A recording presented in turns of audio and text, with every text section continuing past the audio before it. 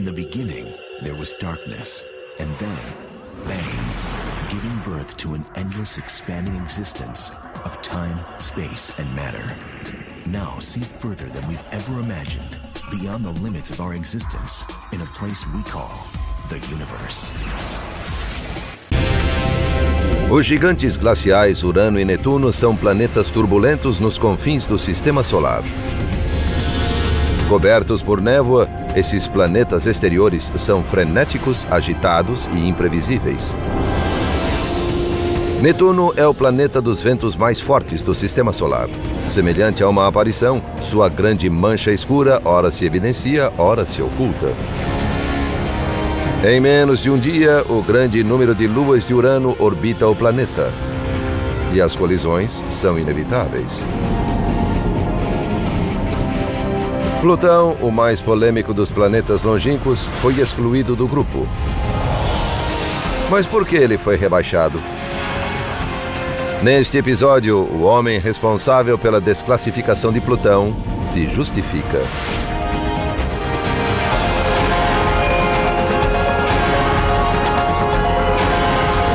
O Universo, os planetas exteriores.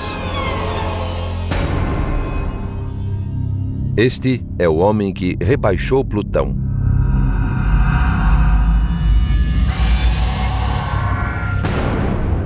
Era para ter acontecido há tempos.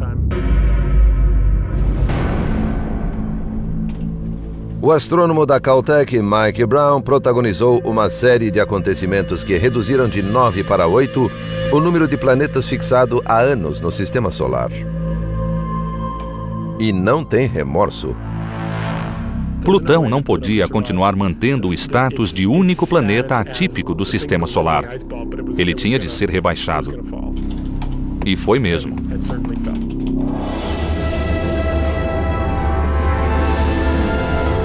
Plutão sempre foi considerado atípico.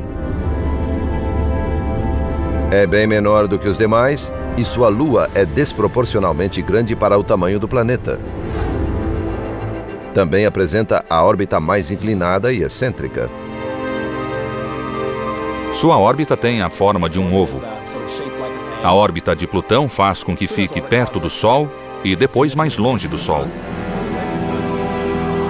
Esse fato incomodou os pesquisadores durante décadas. O oitavo planeta, Netuno, tinha sido descoberto em 1846. E na virada do século, os astrônomos estavam convencidos da existência de um nono planeta nos confins do Sistema Solar.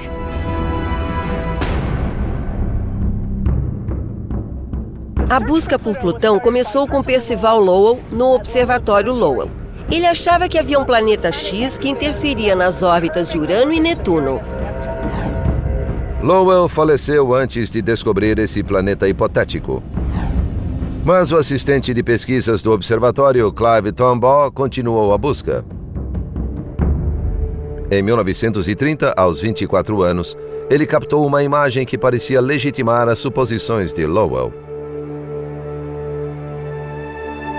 A descoberta foi divulgada e o corpo celeste recebeu um nome oficial: Plutão.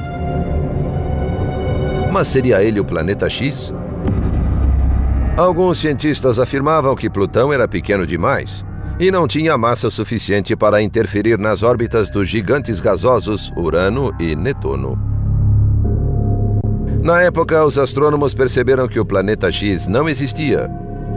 A suposição se fundamentara em cálculos incorretos da massa de Netuno. Se Plutão não era o planeta X, poderia ser classificado como um planeta? No começo, planeta significava apenas o que vaga no céu, os objetos que se movem em relação às estrelas. Para os gregos antigos, a Lua e o Sol eram planetas e a Terra não. Claro, quando se percebeu que a Terra gira em torno do Sol e que a Lua gira em volta da Terra, a definição mudou de novo. A Terra se tornou um planeta, o Sol e a Lua foram excluídos e os planetas eram 6. Depois, Urano foi descoberto, Netuno foi descoberto e passaram a existir 7, depois 8 planetas. Plutão parecia ser tão grande quanto Marte, mas era de fato menor do que a Lua. Assim, a descoberta de Tombaugh foi considerada o 9º planeta. Ninguém pensou muito a respeito. Era um objeto estranho, isolado e atípico, muito distante. Na falta de outro termo, usou-se planeta.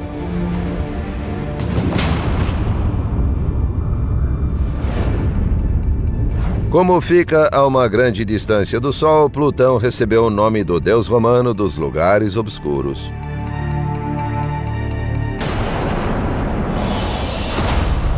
A menor distância possível de Plutão à Terra é 4,3 bilhões de quilômetros. Seu diâmetro é de 2.390 quilômetros, metade do diâmetro dos Estados Unidos. Plutão leva 248 anos terrestres para completar a volta em torno do Sol. E um dia no planeta é equivalente a 6,5 dias terrestres. Um homem de 68 quilos pesaria 4,5 quilos em Plutão.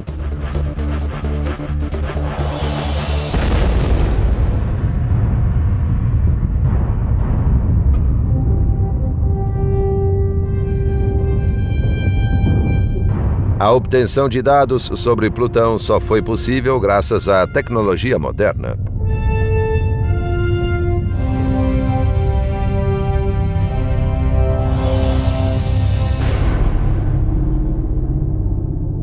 Mal dá para vê-lo. Mesmo com o telescópio espacial Hubble, conseguimos resolução de 4 pixels ou 12 no total.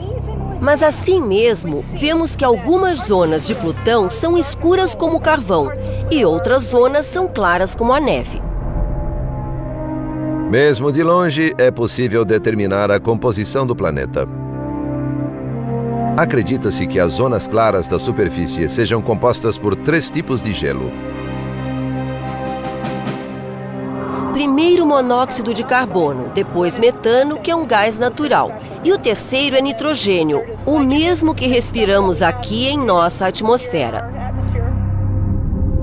É provável que as zonas escuras sejam rochas sólidas. As zonas mais escuras quase certamente são silicato, semelhante às rochas da Terra que contém silício e também oxigênio. Estamos no Parque Nacional das Montanhas Rochosas, no Colorado. Há neve e rochas aqui. É semelhante à superfície de Plutão.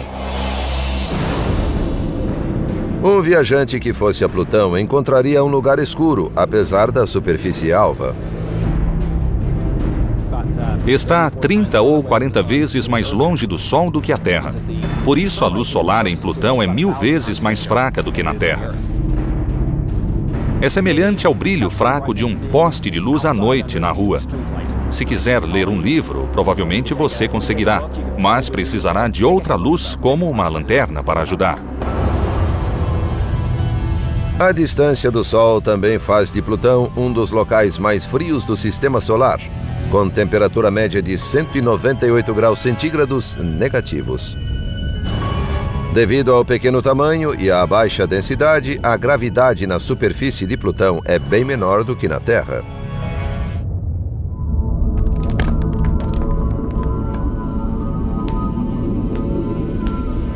Algumas coisas seriam fáceis de fazer em Plutão para quem gosta de escalar rochas, fazer alpinismo.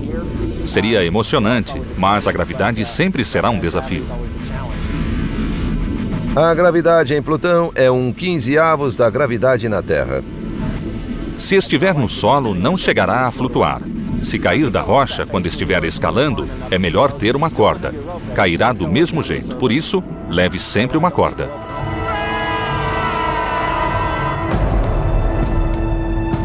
Os cientistas adorariam obter uma lasca da superfície de Plutão, pois em suas rochas encontra-se um capítulo que falta à história do Sistema Solar. Plutão é um planeta fantástico. É incrível porque é uma espécie de máquina do tempo no Sistema Solar. Mostra como era o ambiente no Sistema Solar quando ele se formou há 4,5 bilhões de anos. Sua superfície é mais antiga que a da maioria dos planetas do nosso sistema.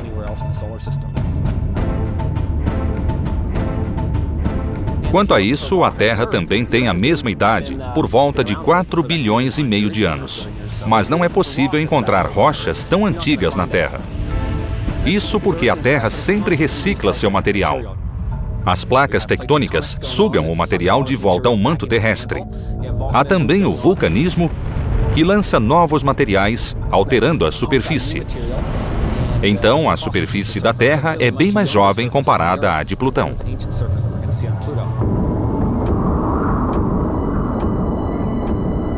Estas rochas sofreram mudanças provocadas pelas altas pressões que existem na Terra. As de Plutão são mais primitivas. Plutão é primitivo, mas não é incólume. Está repleto de crateras de impacto. As crateras são causadas por asteroides ou meteoroides que atingem a superfície. Trata-se de corpos celestes que não se tornaram planetas. Na superfície de Plutão não há atmosfera. Não há geleiras, ventos, chuva nem erosão. Os únicos traços dominantes da superfície são as muitas crateras de impacto. A superfície de Plutão passa por transformações à medida que se aproxima do Sol. O calor provoca a evaporação de alguns dos gases congelados para formar uma atmosfera temporária. À medida que Plutão recua, os gases se congelam novamente e voltam à superfície.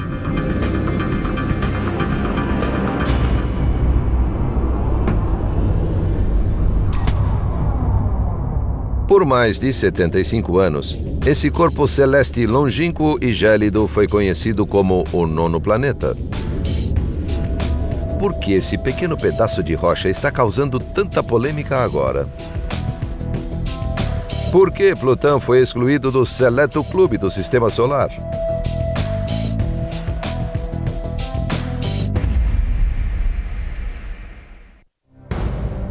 A derrocada de Plutão teve origem na tranquilidade deste escritório, no campus da Caltech, em Pasadena, Califórnia. Mas o objetivo do astrônomo Mike Brown não era desmerecer qualquer planeta.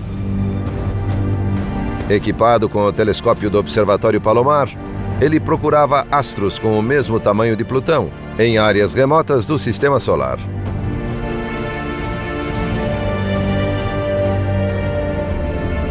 Em 2005, ele encontrou um corpo celeste maior do que Plutão e com lua própria. Ambos orbitavam o Sol.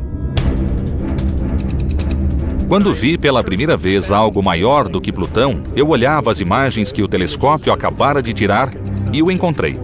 Era grande e, segundo os cálculos, era maior do que Plutão. Logo em seguida, liguei para minha mulher e contei que descobrira um planeta.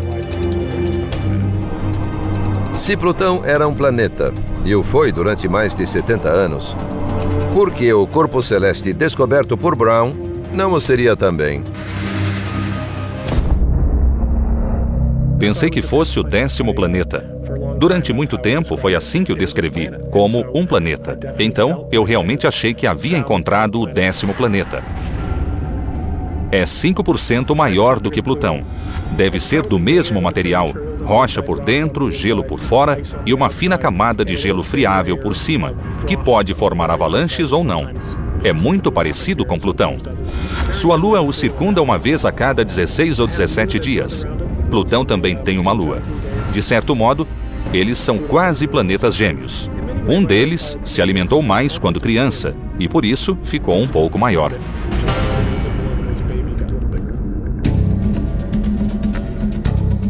Brown pensou em batizar esse corpo celeste de Xena, o nome da princesa guerreira da série de televisão, mas acabou escolhendo Eris, a deusa grega da discórdia. O nome não podia ser mais apropriado. A descoberta colocou a comunidade astronômica em polvorosa.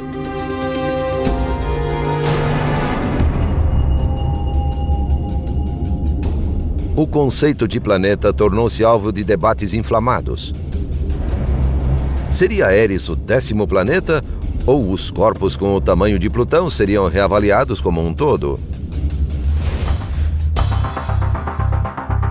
Em 2006, a contenda foi tema do encontro da União Astronômica Mundial, em Praga.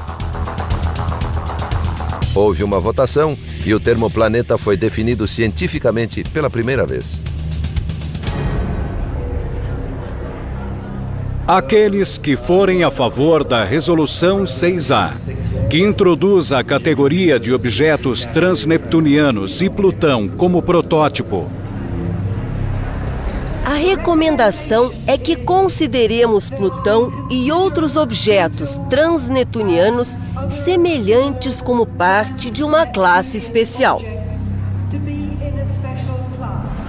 Não reconsideramos a situação de Plutão porque descobrimos um novo dado que o tornou menos interessante. A questão foi abordada à luz das descobertas de Eris e de outros grandes corpos celestes no cinturão de Kuiper. O cinturão de Kuiper é uma área de 5,6 bilhões de quilômetros de extensão no sistema solar exterior, próximo de Plutão. Abriga centenas de milhares de corpos glaciais. O primeiro deles foi descoberto em 1992.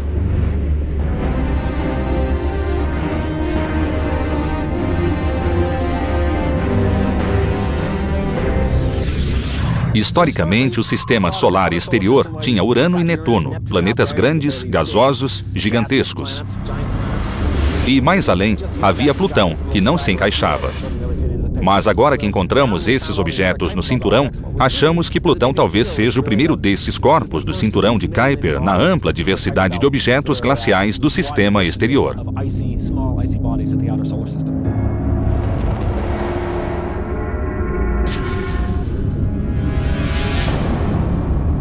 Ficou definido que um planeta é um corpo celeste esférico que orbita o Sol e que tenha limpado a vizinhança de sua órbita.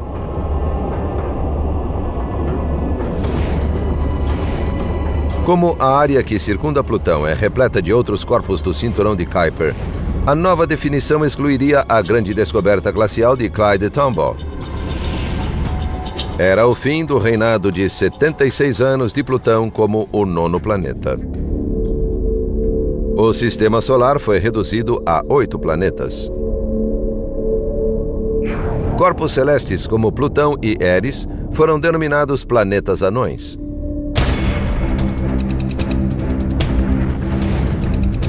Eles se assemelham aos planetas, mas não possuem uma órbita desimpedida.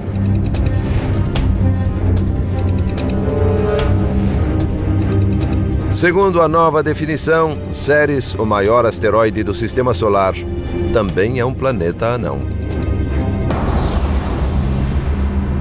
Temos essa nova terminologia porque há mais coisas no Sistema Solar exterior do que pensávamos. É como se antes só víssemos um único arranha-céu e, de repente, houvesse uma cidade inteira diante de nós.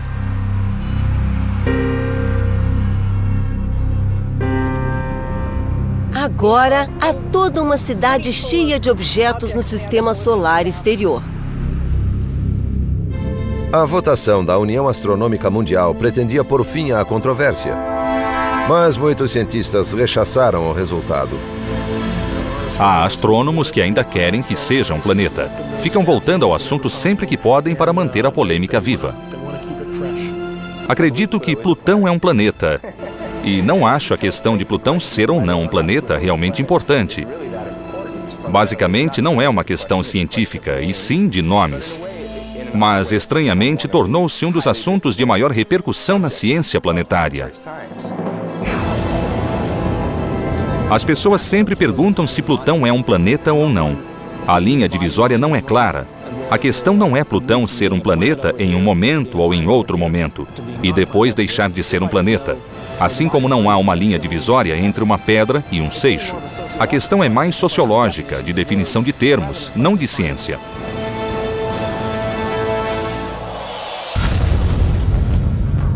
O interesse científico em Plutão não arrefeceu, embora oficialmente ele não seja mais um planeta. Enquanto ocorria a votação em Praga, uma espaçonave da NASA chamada New Horizons era lançada para explorar esse mundo distante.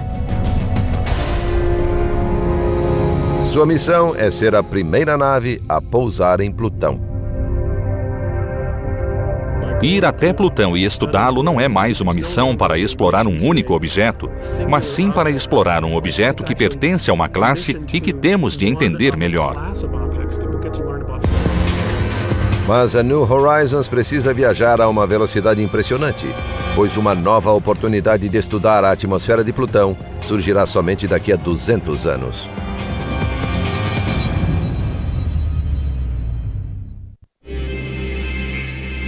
A espaçonave New Horizons está indo ao encontro de Plutão. Foi confirmada a separação da nave. Os cientistas estão correndo contra o tempo. Plutão está se afastando do Sol e seu longo inverno de 62 anos está chegando. Quando o inverno chegar a Plutão, a atmosfera será congelada e cairá no solo.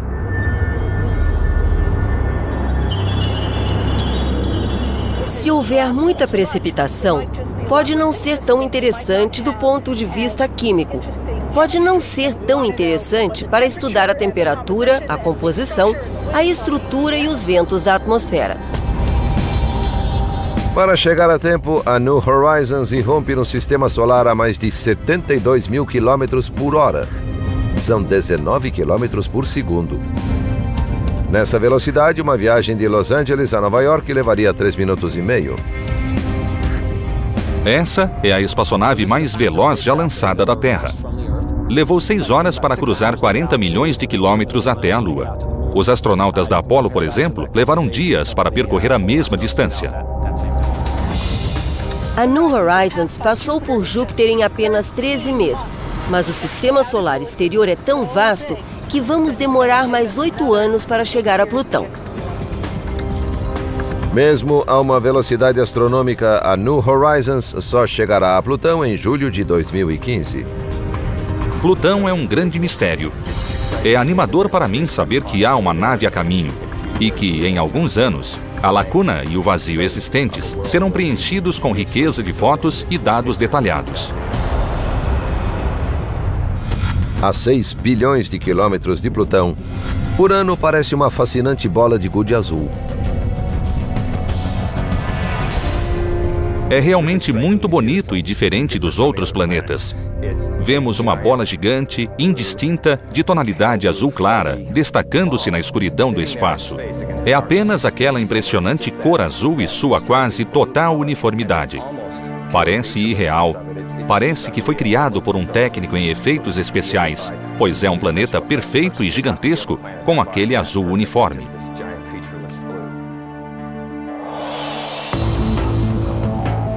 Urano está a 2,6 bilhões de quilômetros da Terra.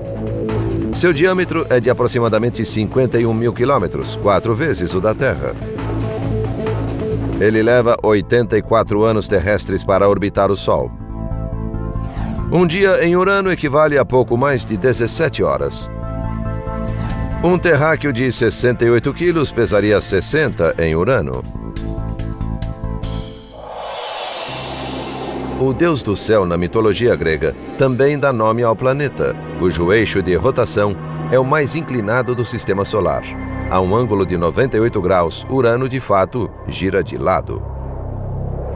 Ou seja, em certa época do ano, apenas um hemisfério aponta para o Sol e o outro fica em total escuridão. Urano leva 84 anos para orbitar o Sol, o que significa que durante 40 anos, apenas um hemisfério recebe luz e o outro fica no escuro. Um círculo ártico na Terra, mas nesse caso é o planeta todo. A inclinação é tão grande que, de certo modo, todo o hemisfério norte é como o Ártico e todo o hemisfério sul é como a Antártica. Urano deve sua coloração verde-azulada ao metano, que absorve os comprimentos de onda vermelho e laranja da luz do Sol, mas reflete os de cor azul e verde. A aparência etérea é resultado de algo muito comum nas grandes cidades: neblina e fumaça. No sul da Califórnia, a névoa de poluição é comum. É uma névoa produzida fotoquimicamente, responsável pelo aspecto brumoso da atmosfera.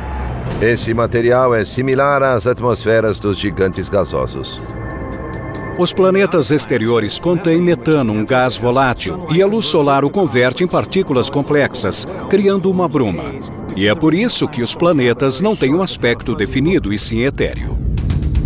Os cientistas especulam sobre as semelhanças na formação de Urano e Netuno, seu vizinho celestial. Quando o disco protoplanetário de gás e poeira se assentou no Sistema Solar, Júpiter e Saturno se apossaram da maior parte do material e se tornaram gigantes gasosos. O aumento das órbitas de Júpiter e Saturno causou um desequilíbrio no sistema planetário. Interações dinâmicas empurraram Urano e Netuno para os confins do Sistema Solar, onde coletaram uma profusão de corpos celestes glaciais. Eles têm muito daquele gás inicial e também acumularam muito material glacial e rochoso na sua formação. Consequentemente, embora exista esse invólucro de gases hidrogênio, hélio, um pouco de metano, nitrogênio e outros elementos, também existe muito material glacial no interior. Esse interior glacial levou alguns cientistas a chamar Urano e Netuno de gigantes de gelo. Mas é um equívoco imaginá-los como bolas de gelo sólido, capazes de suportar o peso de um astronauta. Se soltarmos um astronauta ou uma sonda em direção ao centro de Urano ou Netuno, eles estariam em grandes apuros. Não há superfície sólida para sustentá-los. Pode haver um pequeno núcleo rochoso no centro desses planetas, mas a pressão que sofreriam da atmosfera e essa região aquosa e glacial os destruiria. Seria milhões de vezes a pressão de nossa atmosfera, por exemplo. Eles seriam esmagados muito antes de chegar a uma superfície sólida. Enquanto os outros gigantes gasosos possuem um padrão climático turbulento, o de Urano indica relativa calmaria. Urano é singular entre os planetas gigantes gasosos e o único que não tem fonte interna de calor. Júpiter, Saturno e Netuno recebem calor das profundezas, que auxilia na circulação e explica as faixas que vemos nos outros 3 planetas. Urano não tem fonte interna de calor. Urano também é famoso por outro motivo: a forma como foi descoberto por William Herschel em 1781. Na época, os únicos planetas conhecidos eram os 6 visíveis a olho nu. Herschel usava um telescópio quando descobriu Urano. Herschel era astrônomo amador, músico profissional e oftalmologista. Tinha conhecimento e capacidade para criar os melhores telescópios do mundo. A descoberta de Urano foi significativa para a história da humanidade, porque foi o primeiro planeta descoberto através do telescópio. O primeiro planeta que os antigos desconheciam. Em 1977, o Observatório Aéreo Kuiper da NASA fez outra descoberta, quando os astrônomos focalizaram Urano para observar um fenômeno bastante comum: a passagem do planeta na frente de uma estrela. Mas durante a aproximação de Urano, a estrela de repente piscou e pareceu brilhar de forma intermitente por 5 vezes, à medida que se aproximava do planeta. E depois, várias outras vezes, à medida que surgia do outro lado. Qual seria a causa desse fenômeno? A estrela piscante estava atravessando 5 anéis planetários, uma característica antes observada somente em Saturno. Análises subsequentes feitas da Terra e da nave Voyager confirmaram a existência dos anéis.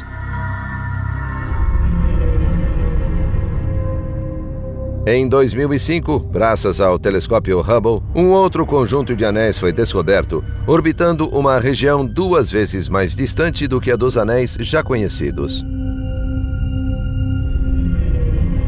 Ao contrário dos anéis densos e glaciais de Saturno, os de Urano são turvos e tênues, de poeira rochosa e escura. Alguns anéis de Urano surgiram provavelmente do impacto de um meteoro ou cometa com uma das 27 luas do planeta.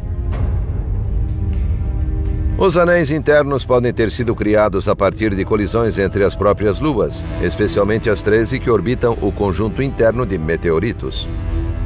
Há várias luas internas ao redor de Urano. São muito pequenas e próximas do planeta, com órbitas muito velozes de um dia.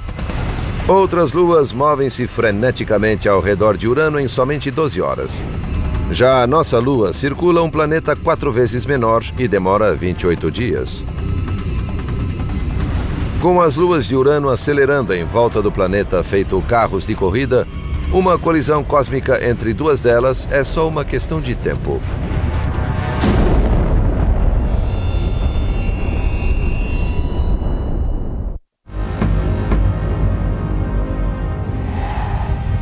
Ao redor de Urano, um grupo de luas realiza um movimento espiralado. Na década passada, mudanças importantes foram detectadas nessas órbitas imprevisíveis. Para os cientistas, o choque entre as luas é só uma questão de tempo. Podemos ter certeza de que, em um período de alguns milhões de anos, algumas delas colidirão. É o caso especialmente de Cupido e Belinda, duas luas pequenas que orbitam muito perto uma da outra. Os cientistas acreditam que, viajando a algumas centenas de quilômetros umas das outras, em algum momento as forças gravitacionais dessas luas irão provocar uma colisão devastadora.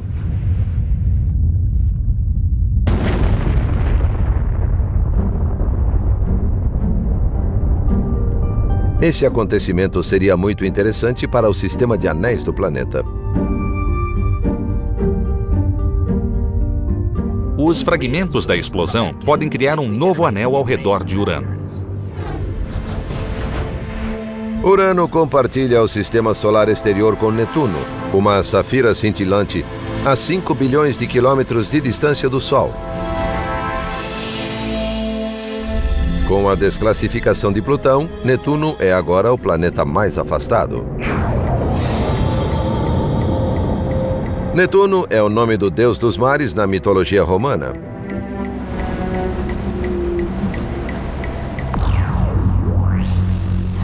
Está a mais de 4 bilhões de quilômetros da Terra. Seu diâmetro tem cerca de 49 mil quilômetros, 4 vezes o da Terra. Um ano em Netuno equivale a 165 anos terrestres. E um dia dura pouco mais de 16 horas. Um homem de 68 quilos pesaria 76 em Netuno.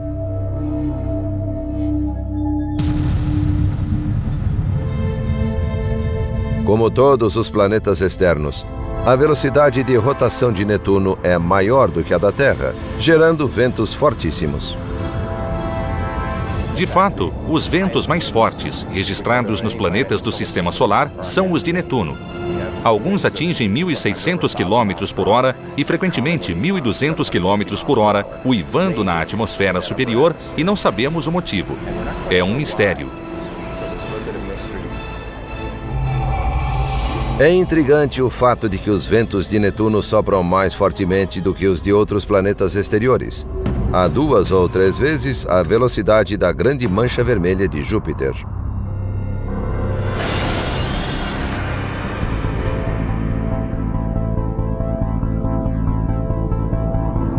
O pesquisador Michael Mishna estuda os fatores determinantes do clima nos planetas exteriores e está intrigado com os ventos fortes de Netuno. Um moinho de vento em Netuno, dependendo da altitude, geraria um movimento parecido com o que vemos agora, ou em altitudes onde os ventos atingem 1.600 km por hora, poderíamos não ver movimento algum. Isso porque a atmosfera é tão fina que não há impulso, não há força suficiente do vento para de fato girar as hélices da turbina. Assim, pode não haver movimento algum. Na Terra, temos os sistemas de alta e baixa pressão nos mapas climáticos e algo semelhante ocorre com os planetas exteriores.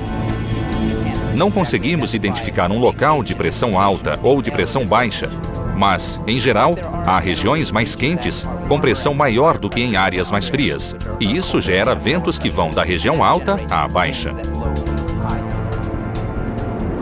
Um fator essencial na criação do vento é a fonte de energia que aquece o ar. Na Terra, o Sol fornece essa energia.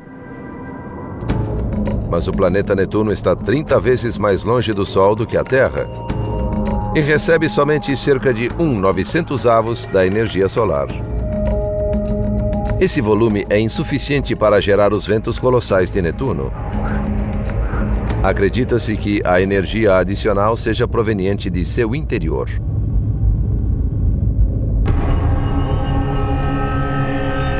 Os dados colhidos pela Voyager 2 indicam que Netuno irradia 2 vezes mais calor do seu interior do que a quantidade recebida do Sol.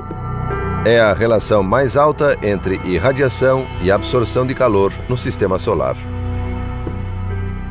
Netuno tem uma quantidade grande de aquecimento interno, provocada pela deterioração radioativa de materiais no interior e processos químicos que ocorrem e liberam o calor do interior. O que faz o interior de Netuno gerar tanto calor permanece um mistério. Alguns especulam que o planeta ainda esteja em processo de formação e que os gases que se precipitam liberam calor à medida que são comprimidos pela gravidade. Essa fonte de energia interna também explicaria a propagação de gases na atmosfera de Netuno, que criam nuvens fascinantes. Há muitas nuvens claras e brancas que aparecem na atmosfera. Existem faixas muito claras e muito escuras na superfície. Então é possível distinguir latitudes dependendo das faixas.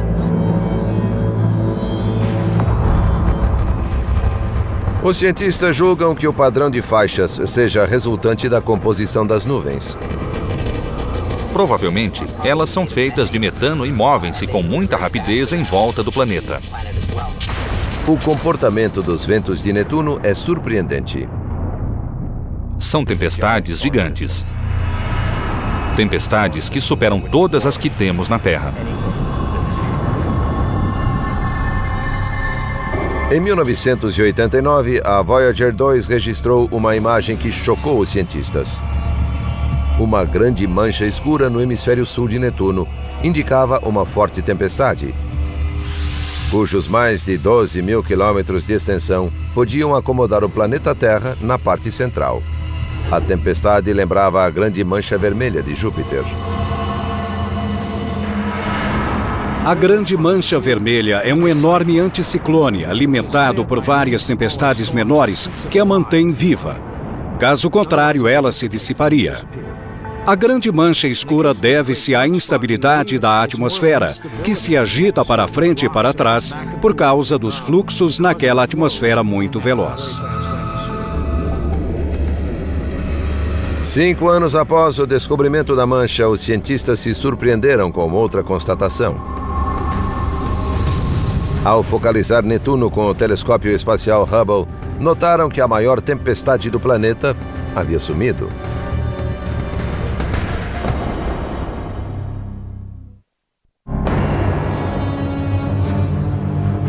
O que aconteceu com a Grande Mancha Escura? No espaço de 5 anos, a maior tempestade no planeta simplesmente desapareceu no hemisfério sul. Mas isso não significava o fim das megatempestades em Netuno.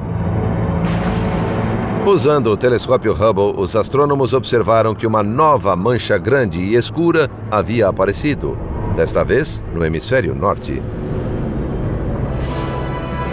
Aparentemente, em Netuno, os sistemas de tempestades, as grandes manchas que vemos pelo telescópio, parece que vêm e vão em intervalos menores do que a mancha de Júpiter, que existe há centenas de anos. Estes sistemas de tempestade não são apenas transitórios, são também excêntricos. Os cientistas observaram que o tamanho da Grande Mancha Escura oscilava em vários milhares de quilômetros quadrados em apenas 8 dias. O desaparecimento e o reaparecimento, bem como o movimento errático, fazem dessas as tempestades mais imprevisíveis do sistema solar.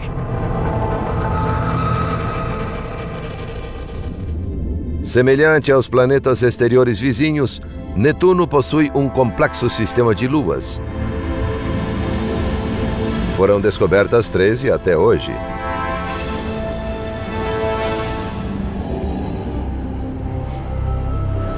Algumas dessas luas podem ter se formado em outro lugar do sistema solar. Netuno captura essas luas do vasto material que vaga no sistema solar, além da órbita de Netuno e Plutão. Existem inúmeros corpos glaciais, corpos pequenos, planetesimais e outros objetos rochosos que cruzam o sistema solar e outros fragmentos. Às vezes, alguns fragmentos colidem entre si e os pedaços são empurrados para o sistema solar. Alguns corpos glaciais se transformam em cometas. Mas se um deles for impelido na direção correta no momento certo, pode ser capturado pela atração gravitacional de um planeta e passar à condição de lua. A maior lua de Netuno, Triton, é parecida com a da Terra. É o objeto mais frio do sistema solar já observado por astrônomos. Ainda mais gelado do que Plutão. São apenas 4 graus acima do zero absoluto. São 199 graus negativos. É tão fria que o nitrogênio, que geralmente é gasoso, forma uma calota polar glacial nessa lua. Triton é fria assim porque a superfície é muito refletiva. Cerca de 70% da luz que atinge a superfície é refletida, e sem que essa luz seja absorvida pelo planeta, ele se torna gélido. Triton pode ter a mesma composição de Plutão, pois há gelo na superfície. Uma coisa fascinante na superfície de Triton são as colunas de fumaça, ou os vulcões. Pudemos ver essas colunas em tempo real com a nave Voyager quando ela passou por Netuno e Triton. As erupções geladas de Triton expelem uma mistura de nitrogênio líquido, metano e amônia.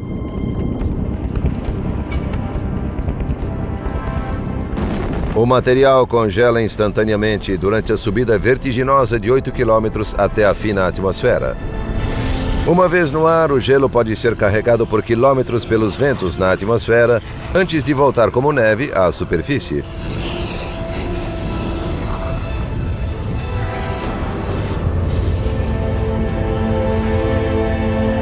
A atividade geológica de Triton sugere que sob a superfície glacial exista água, talvez em processo de aquecimento. A teoria diz que onde há água pode existir vida. Se for verdade, a maior lua de Netuno poderia ser o palco de uma das grandes descobertas de todos os tempos.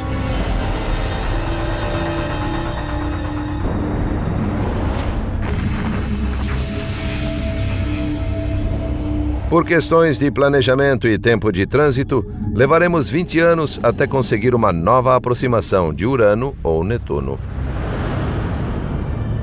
Discutimos isso, mas não existem planos. A Voyager realizou uma breve inspeção e conseguimos reunir muitas descobertas, mas é preciso voltar para dar continuidade à missão.